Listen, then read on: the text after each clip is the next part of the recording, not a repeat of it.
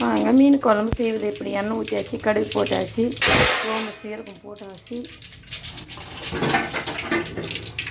வெந்தயம் கொஞ்சம் போட்டாச்சு. பொரிஞ்சதும் வெங்காயம் போட வேண்டியது தான்.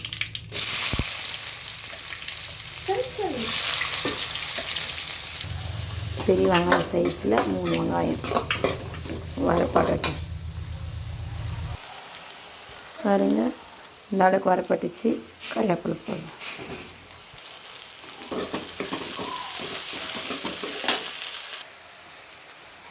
கறிவேப்பிலை போட்டு வரப்பட்டாச்சு. பூண்டு நெசுக்கி போடலாம்.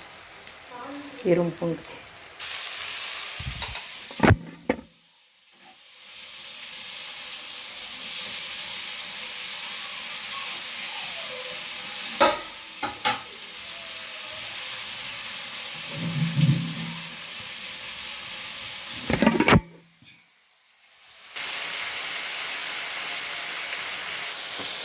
தக்காளி போட்டதும் கல் உப்பு கொஞ்சம் போட்டுக்கலாம். அப்போ தான் தக்காளி நல்லா வறுத்தடும். 2 நிமிஷம் வறுத்தோம். சமையல் ரூம் இப்போ பாருங்கள் அவ்வளோ க்ளீனாக இருக்குன்னு.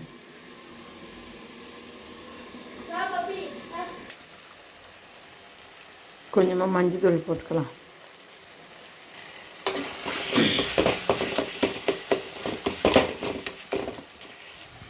அதாங்க எந்த அளவுக்கு வரப்பட்டதும் மிளகாத்தூள் போட்டுக்கலாம். நான் வீட்டில் அரைச்சது தனியா மிளகாத்தூள் 2 ஒன்றா சேர்த்து அரைச்சிருக்கேன். அதே தான் நான் யூஸ் பண்ணுவேன். 4 ஸ்பூன் மிளகாத்தூள் போட்டாச்சு.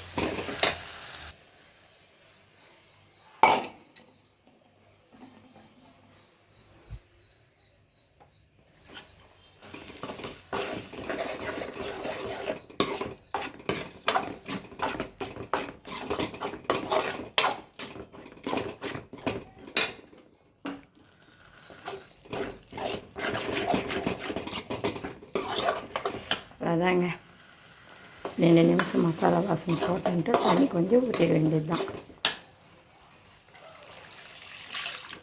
தண்ணி போதும்.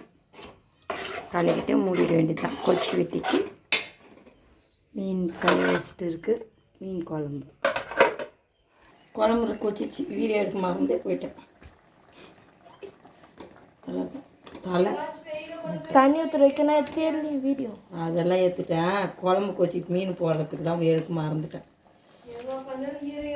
அவ்வளோதான், தலை மட்டும்தான். நல்ல வாசனைம்மா. வெளியே தெருவுக்கு வருதும்மா. வரும் தெரு.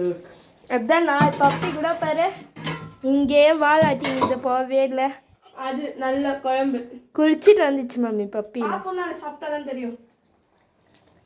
குளிச்சுட்டு வந்துச்சு மம்மி பப்பி. பாரு அதுக்கு ஒன்றும் இருக்க முடியலம்மா. இல்லைதான் 2 நிமிஷம் மீன் குச்சாச்சு. குழம்பு லாஸ்ட்டாக கொத்தமல்லி போட்டாச்சு. ஆஃப் பண்ணிடுறது தான். மீன் குழம்பு ரெடி. சாப்பாடு வெந்துன்னு இருக்குது. அடுத்து மீன் மட்டும் பொரிக்க வேண்டியது தான். 65.